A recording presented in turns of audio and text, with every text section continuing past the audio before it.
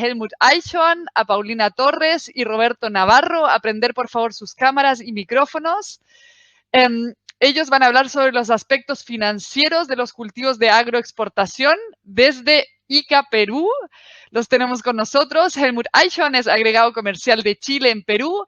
Paulina Torres es asesor del Departamento Económico y Roberto Navarro es asesor hídrico técnico del Comité Agro ICA. Así que dejo el escenario con ustedes. Por favor, si un momento pueden saludar para saber que todo está funcionando y de ahí ya los dejo.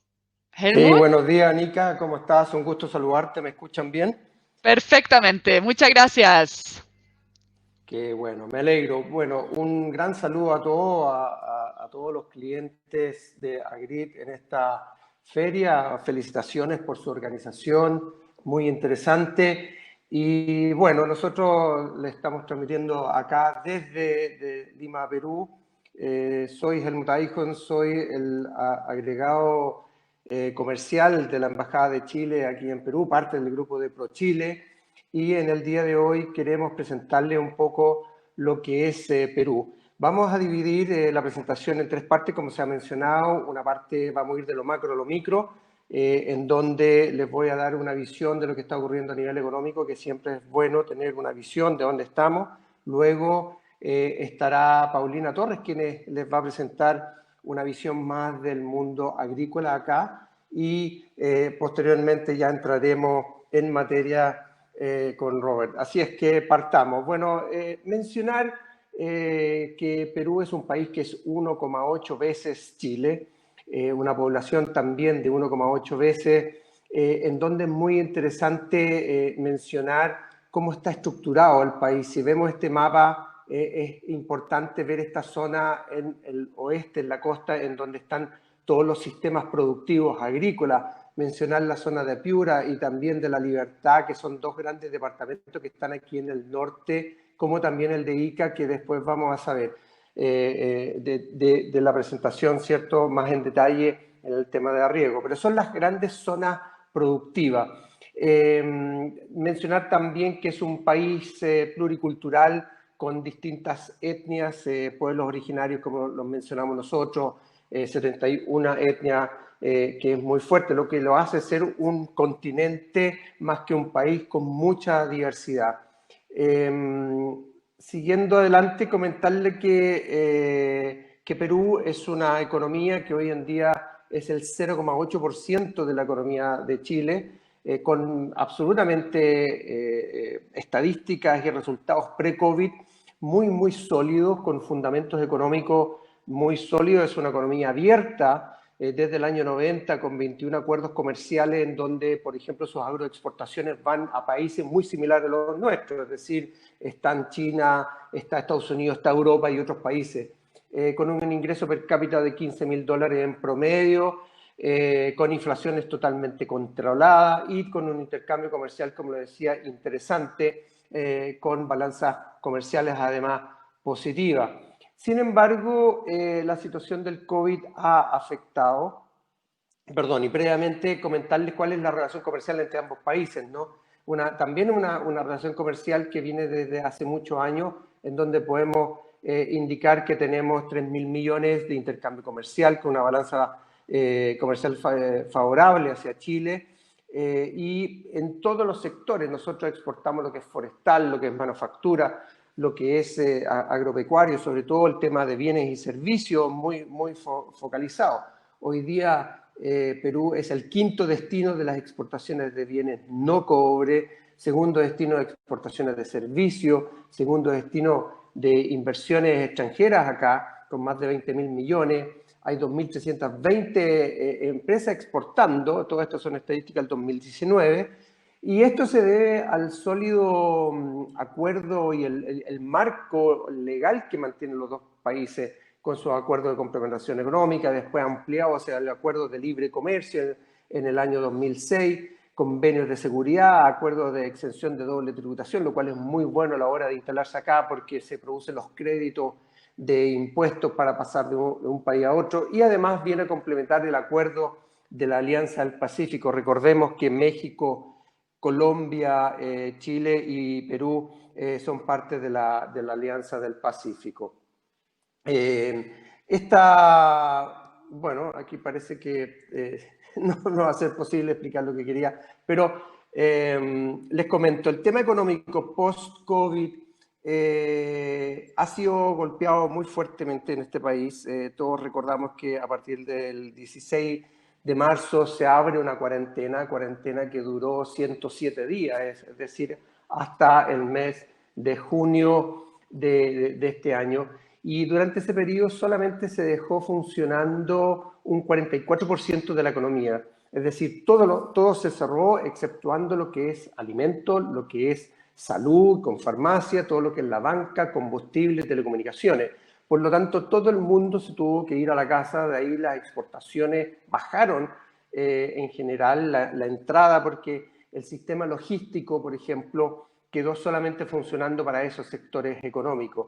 Eso llevó a que la economía bajara un 30% en el segundo trimestre de este año, con una fuerte baja, y lo que se está proyectando para este año, y es lo que hoy día, justamente a esta misma hora, hace 12 minutos, está presentando la ministra de Economía y Finanzas en el Congreso, que es su plan marco macroeconómico multianual, que es del año 20 al 23. En donde se va a presentar que la economía, el PIB de este año va a alcanzar un 12%, una caída de un 12%, pero con un rebrote el próximo año del 10%.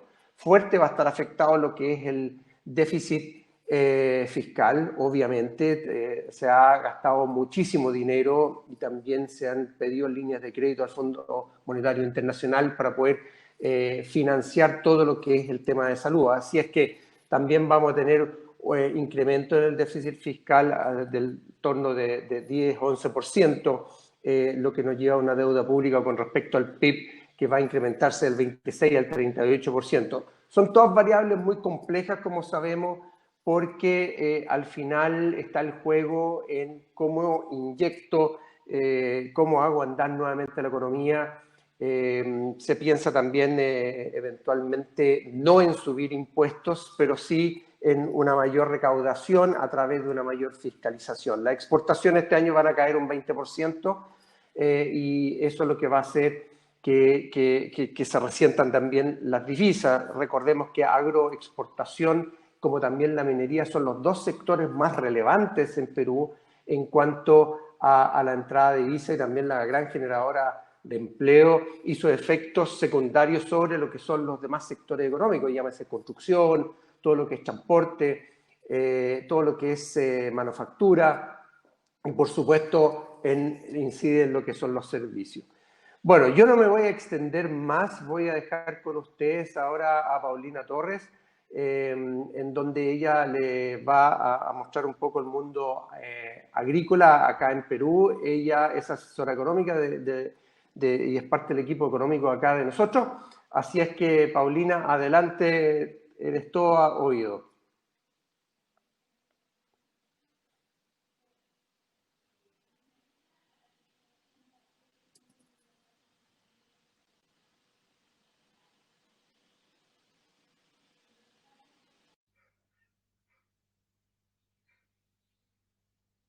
Paulina, ¿Sí? Sí, ahí sí se te escucha. Ah, perfecto. Perfecto. Okay. Bueno, parto de nuevo. Hoy es un gusto estar con ustedes esta mañana. Les voy a comentar cómo está funcionando hoy día, cómo está operando todo el sistema agroexportador de Perú. Les quiero contar primero que esta industria es la segunda más importante de la economía peruana, ocupa el 5,4% del PIB nacional, es una industria altamente intensiva en mano de obra y genera 4 millones de empleos a Perú.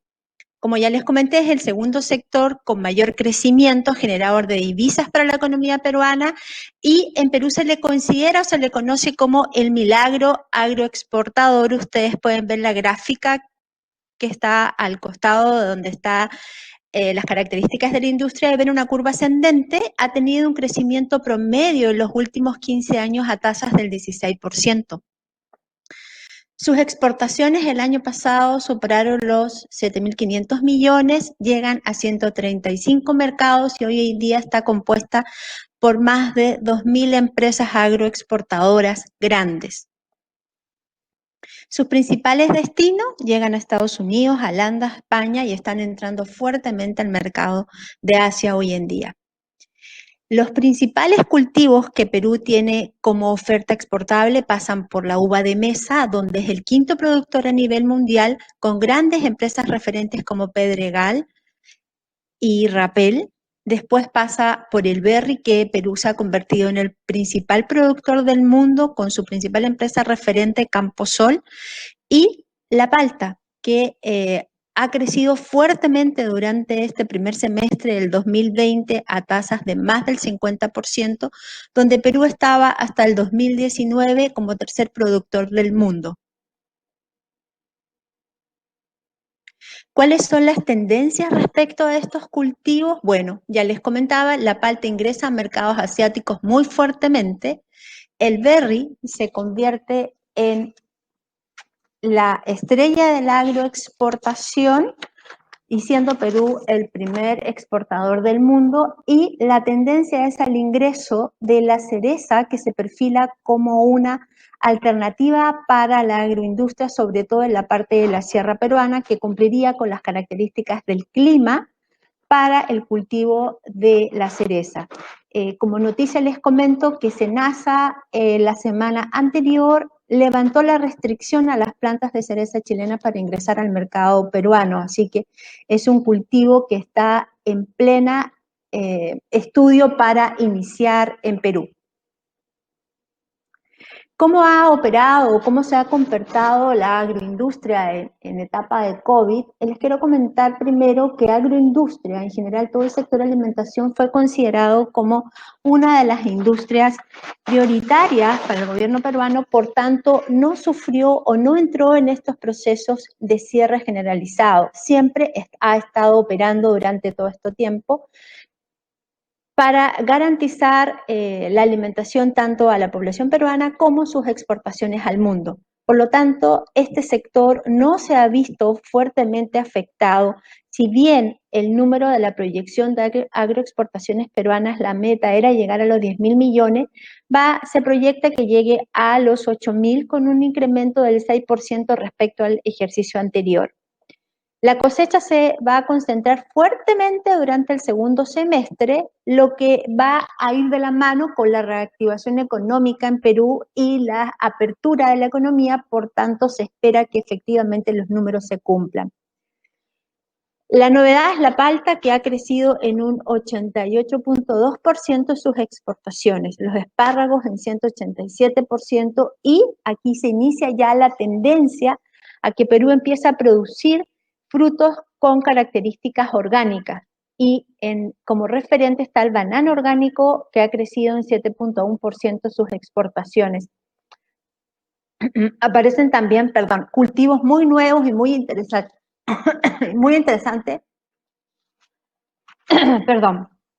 como es el caso del kion, que tiene tasas al 180% de crecimiento en exportaciones. Los mercados de destino se mantienen, están llegando a toda la Unión Europea, a Estados Unidos fuertemente, a Chile también con un 26.7% de sus exportaciones, y a los mercados de Asia, donde se abre el mercado de Corea. Bueno, ¿cuáles son las oportunidades de la agroindustria? La costa peruana tiene 1 millón de hectáreas bajo riego, 200.000 de estas están destinadas a la agroexportación, están en un proceso de transformación tecnológica, acoger nuevos cultivos para seguir creciendo en la agroexportación. Actualmente Perú invierte más de 40 millones en riego tecnificado, el 50% de estos insumos son importados, por lo tanto hay una gran oportunidad para Chile en este aspecto. En temas de proyectos de irrigación, importante comentarles que durante el ejercicio y el próximo, el gobierno tiene abierto 13 nuevos proyectos de irrigación, por lo cual pretende incorporar 161 nuevas hectáreas de cultivo al suelo peruano para agroexportación, lo que genera muchísimas oportunidades en cómo irrigar y cómo hacer que toda esta agua llegue a todas las áreas desérticas que hoy día van a pasar a ser áreas cultivables. Los principales cultivos, como ya les comenté, está la uva de mesa, la palta, los arándanos, y la cercanía en tiempo y distancia que Perú tiene con Chile hace este mercado muy atractivo para nuestra oferta exportable en agroindustria. Todos los proveedores de soluciones en los procesos agroindustriales, con servicios de alta tecnología y uso de mucha innovación, son los que en Perú están necesitando. La tecnificación, la robótica, la digitalización es la tendencia en la agroindustria peruana, así que hay una gran oportunidad para nuestra oferta exportable en el mercado peruano. Bueno, ahora los voy a dejar efectivamente con un experto en temas hídricos. Nos acompaña don Roberto Navarro. Él es ingeniero agrónomo con una especialización en la producción frutícola de la Universidad de Chile. Ha participado como panelista en grandes convenciones en temas de riego en España y también en Chile. Hoy se desempeña como asesor hídrico para las labores de recarga en la principal zona agroindustrial de Perú, que es el Valle de Ica, y hasta el 2019, por espacio de 10 años, fue el gerente de operaciones del recargo acuífero del Valle de Ica, de la Junta de Usuarios de Aguas Subterráneas del mismo valle. Don Roberto, le quiero agradecer esta mañana su presencia con nosotros y le damos el pase para su presentación. Atentos, lo escuchamos. Muchísimas gracias.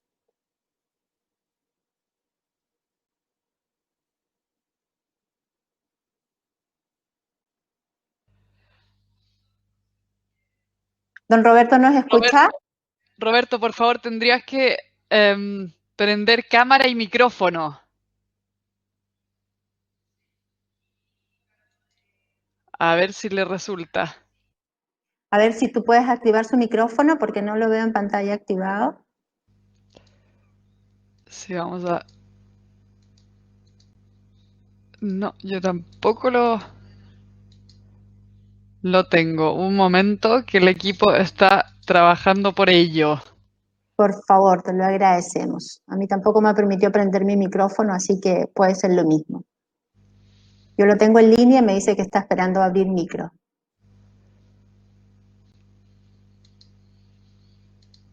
Un momento. Parece que él tiene que aceptar que se prenda su micrófono. Dice, esperando la aprobación. Sí, me indica que, al igual de lo que me sucede a mí, no le aparece aún en la pantalla la señal para poder prender su micro. Lo apagaremos un momento. Ahora está apagado y vamos a encender el audio primero. Por favor. Y dice, esperando la aprobación. Le debe haber llegado un mensaje para que se pueda iniciar su audio. Bueno, mientras están ahí viendo los temas técnicos, por un lado, quiero recordarles que, bueno, esto es una expo virtual, que la realizamos en formato virtual por el hecho que estamos atravesando la pandemia mundial del coronavirus. Entonces, lo que quisimos hacer es tratar de hacer una feria virtual lo más amena y también tal vez incluso lo más real posible, porque todavía estamos en una etapa transitando de lo real a lo virtual. Entonces, en ese sentido, ustedes cuando ingresan a la feria, ingresan al lobby. En el lobby hay estos circulitos como grises y ahí si aprietan en ese circulito gris, por lo general entran a alguna parte. Y en el lobby hay un circulito gris donde hay un video explicativo de cómo ustedes se manejan en la feria, qué ambientes hay. Está el auditorio donde nos encontramos ahora, está el Real Life Auditorio donde van a poder encontrar las presentaciones de todas estas 2 jornadas. Y de ahí está toda la sala de exposiciones, donde van a poder recorrer los stands y en cada stand van a poder interactuar con los expositores en el stand. Pueden hablarles por WhatsApp, por videollamada, pueden ver las tecnologías y productos que ofrecen. Así que ahí tienen, digamos, la posibilidad de realmente recorrer una feria casi como si estuviéramos en una feria real. Y además con todas las posibilidades de entrar y mantenerse en el contacto con los expositores de estos importantes temas que estamos tratando, que es justamente agua y energía. Así que los dejo invitados también a revisar ese video para que después ya sepan cómo manejarse. No sé si ahora hemos podido resolver los problemas técnicos de Roberto. Estas son las cosas Roberto. debes activar el micrófono y cámara al lado de tu nombre, en la sección de participantes, y ahí es posible que puedas activarlo. De todas formas, nosotros estamos enviando una solicitud que debes aprobar para activar estas dos cosas. Bueno, entre medio, desde ya agradecer a Paulina y a Helmut por la exposición y todo o sea, aquí hay un gran potencial de cooperar. Bueno, ya hay muchas empresas chilenas en Perú, hay mucha tecnología que se está intercambiando entre ambos países. Me impactaron realmente los números de crecimiento del sector agroalimentario en Perú. Yo creo que en ese sentido, entre ambos países, sí, Ahí Roberto, está ahora te Roberto. escuchamos. Hay un gran potencial para transferir tecnología en lo que estamos viendo. Sí, Roberto, te escuchamos. Al fin, gracias, perdonen por este retraso. No te preocupes, Roberto, son las cosas que pasan en el mundo digital. Pero ahora te escuchamos y yo solo quería decir que el gran potencial de cooperación que hay en intercambio de tecnología también en todo lo que es el manejo hídrico entre Chile y Perú es enorme. Así que, Roberto, ahora te dejo a ti la palabra y cualquier cosa, nosotros estamos acá en el backup. Hay un gran ruido.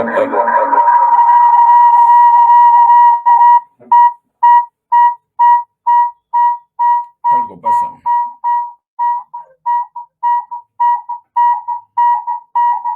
¿Aló? Sí, Roberto. Roberto. Ahora se nos fue Roberto, parece. ¿Roberto? Algo se está... A ver, ahora. Ahora sí, algo se estaba acoplando, parece. Pero ahora sí, ya no está ese ruido espantoso. Muchísimas gracias a ustedes.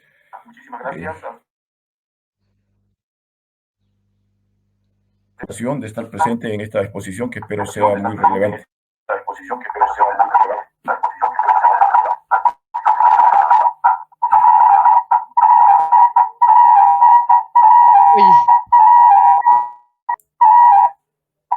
Definitivamente algo se está acoplando. No sé si alguien tiene el micrófono abierto.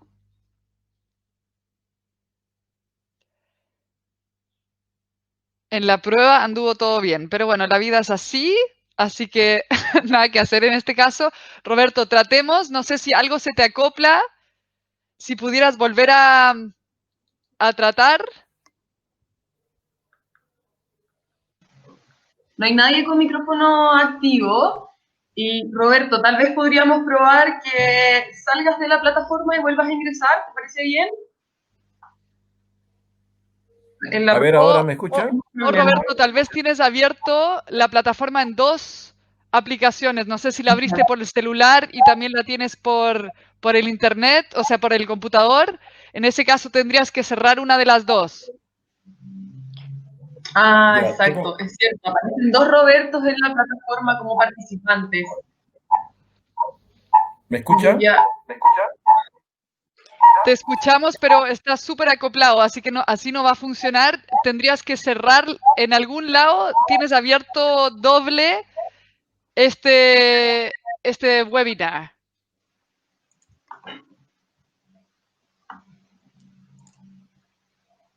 Lo que podemos hacer es, voy a sacar a los Robertos dobles que encontramos y solamente dejar uno adentro, que me parece que funcionó el audio. Y los otros vamos a eliminar para deshacernos del acople.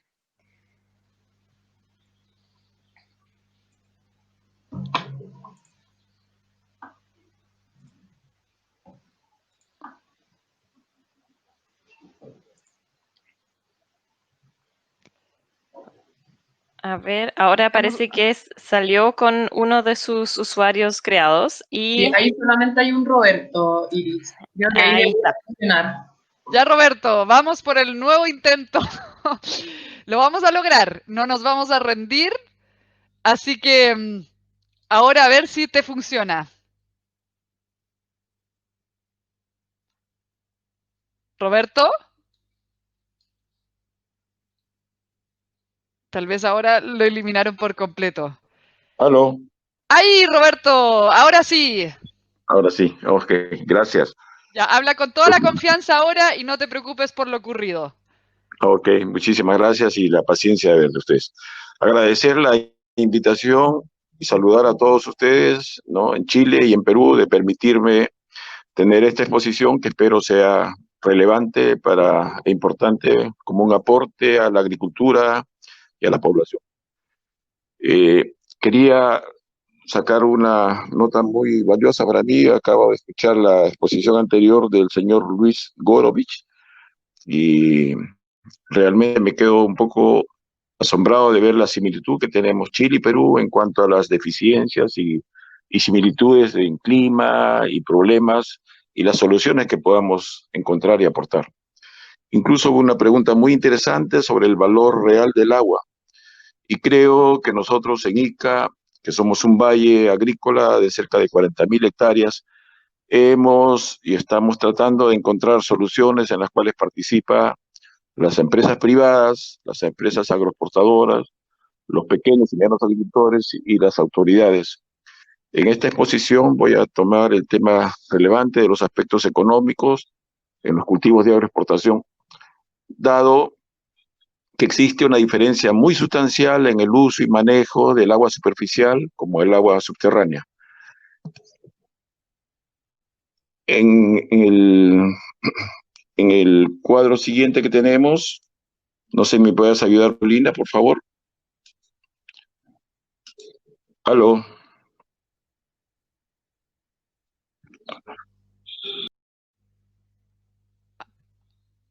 ¿Ahí está bien, Roberto? ¿Me escuchas, Paulina? Sí, ahora sí. Sí, te escuchamos perfectamente. Ya, pero ¿me puedes ayudar a pasar Sí, nosotros estamos encargados de eso. ¿Quieres que ya, pasemos a la próxima? la segunda? Sí, por favor.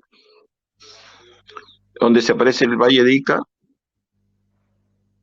Ya, ahí está. Sí. Ajá. Entonces el Valle de Ica es un valle agrícola, sumamente agrícola, costeño, de cerca de 40.000 hectáreas. Nosotros, desde el año 90, venimos desarrollando la agroexportación con cultivos altamente de rendimientos y que nos permite usar el riego tecnificado. Pero a su vez, pueden pasar al siguiente, ¿no? La siguiente cuadro. Aló, Sí, Roberto, a veces hay un pequeño delay. Ahí está. sí. Entonces, todo este desarrollo agrícola potencial que explicaba incluso Paulina muy detalladamente, ha permitido crecer en cuanto a económico de nuestro país, a lo socioeconómico, pero a su vez también ha causado ciertas alteraciones y ciertos problemas en el descenso de la napa freática, ha creado ciertos mitos de que el agua se va a acabar en Ica, hay pronósticos agoreros de que se acaban en 5 años, en 10 años, y realmente ahora la empresa privada, los agricultores y las juntas de usuarios y las autoridades nos hemos puesto a trabajar en este tema para ver cómo mitigamos y cómo gestionamos unas nuevas tecnologías, unas nuevas formas de enfoques de los problemas hídricos. El siguiente, por favor. El siguiente cuadro. ¿Me escuchas? Sí, Roberto, ¿te escuchamos? Aló. Sí. Sí, te escuchamos. A veces... Entonces ahora estamos tratando, desde el año 2013 venimos haciendo labores de recarga del acuífero como un modo de gestionar y preservar y conservar nuestras aguas subterráneas y lograr un equilibrio que nos permita el uso conjunto de las aguas superficiales, que son las que vienen provenientes de las lluvias entre los meses de enero, abril, y el agua subterránea que tenemos el uso durante todo el año. Una tarea difícil sin duda, pero que realmente estamos viendo que sí hay resultados exitosos en cuanto ya hemos encontrado ciertos equilibrios en el comportamiento del acuífero. Aló, Sí, Roberto, estamos todos acá. ya. ¿Puedes continuar, por favor, con las... Sí, estamos en la situación actual, crisis hídrica debido a múltiples factores. Exactamente. Entonces, todos estos factores enumerados no han creado, como decía, alteraciones en el recurso agua y a su vez ciertas alteraciones en la población y en las autoridades, ¿no? El tema de aguas subterráneas sin duda es un tema novedoso y casi desconocido para nosotros, pero Ica es una zona que estamos tratando, como dije al inicio, de encontrar soluciones y corregir errores y encontrar nuevos retos y nuevos desafíos que nos permitan lo que nos estamos proponiendo. La siguiente, tenemos un eje técnico que hemos encontrado, donde tenemos los monitoreos mensuales de una red piezométrica, mediante los sensores, los data lawyer, que nos permiten tener una idea cada hora o cada 5 horas del comportamiento del acuífero durante las 24 horas del día y durante todo el año. Y a su vez eso nos está permitiendo una evaluación, ¿no?, muy cercana a la realidad de lo que está sucediendo abajo. Estamos también tratando de ver cómo mejoramos las posibilidades de hacer mayores labores de recarga, porque anualmente se desperdician o se derivan muchísima agua al mar, precisamente porque quizás no tenemos una eficiencia muy positiva en cuanto a la distribución de las aguas superficiales y no tenemos lugares idóneos superficiales donde poder almacenarlas, pero sí tenemos en el acuífero un inmenso reservorio que estamos utilizando desde el año 2013 para estos fines de almacenar el agua. En el tema socioeconómico yo creo que también es muy relevante encontrar, porque la agroindustria nos ha permitido fomentar el uso de inmenso número de jornales.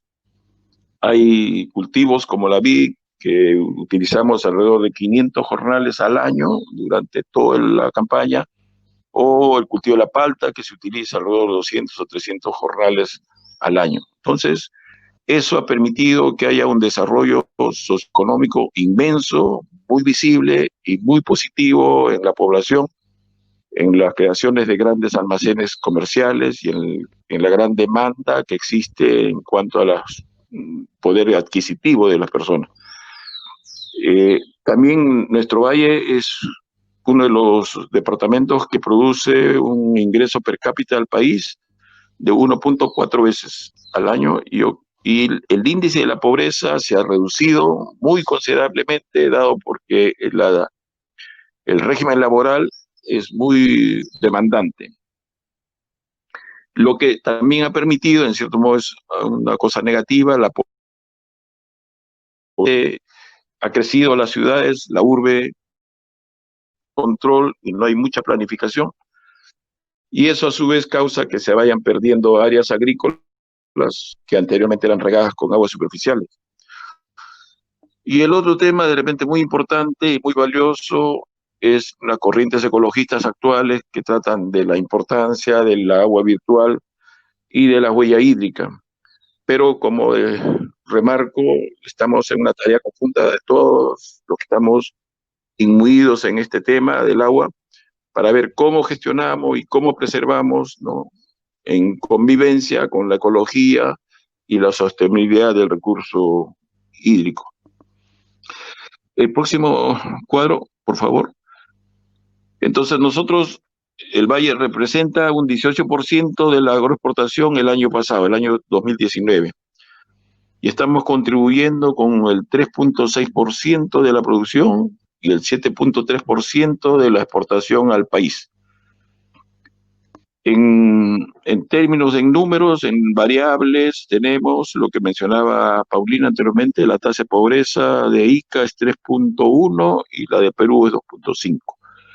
La tasa de pobreza única. Y la pobreza extrema tenemos 0.50 en Ica y en el país tenemos 20.3. Como ven, hay una tremenda diferencia resaltante que ha permitido el uso del agua subterránea, porque crea gran demanda de obra y crea mejores ingresos para la población.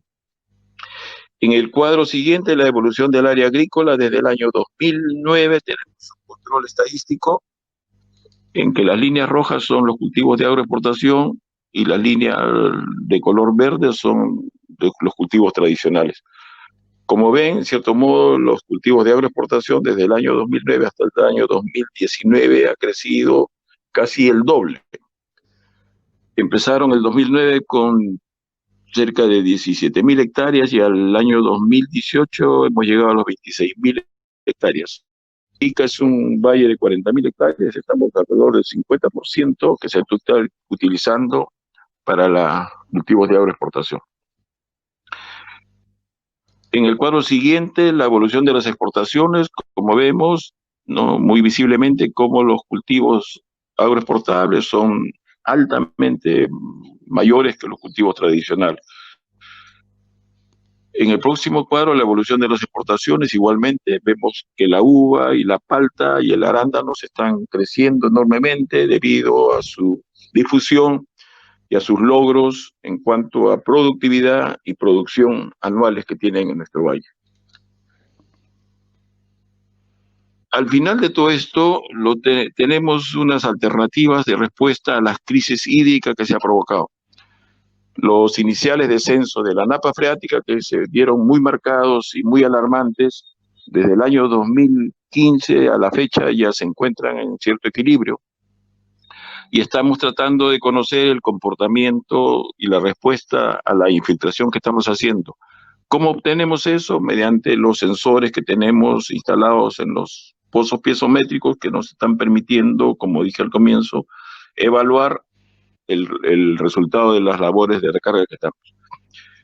Estamos tratando de utilizar en alguna forma que las empresas contribuyan a hacer el uso conjunto de aguas superficiales durante los meses de enero, febrero y marzo, donde apagan el funcionamiento de sus pozos y usan el agua superficial.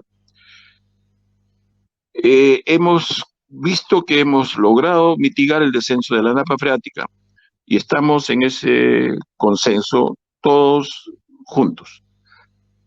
En el próximo cuadro es una gráfica que desde el año 2013 que empezamos a almacenar volúmenes de agua de avenida, o sea, aguas de lluvia, con 1.490.000 y tantos millones de metros cúbicos al año, y consecutivamente el año 14, 15, 16, que fue un año muy seco, el 17, el año 2018 y el año pasado logramos almacenar 25 millones de metros cúbicos e infiltrados todos ellos.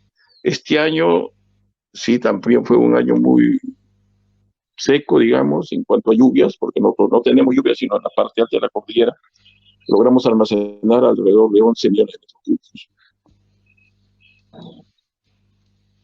¿Qué requerimos para mayor eficiencia de tener respuesta a las labores de recarga del acuífero?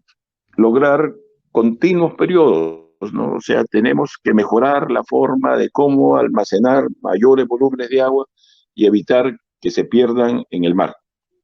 A pesar que sabemos conscientemente que el agua que se deriva al mar es parte del ciclo hidrológico del agua, ¿no? Pero también podemos ser eficientes en ver la forma de cómo retener una parte de las aguas que se derivan al mar.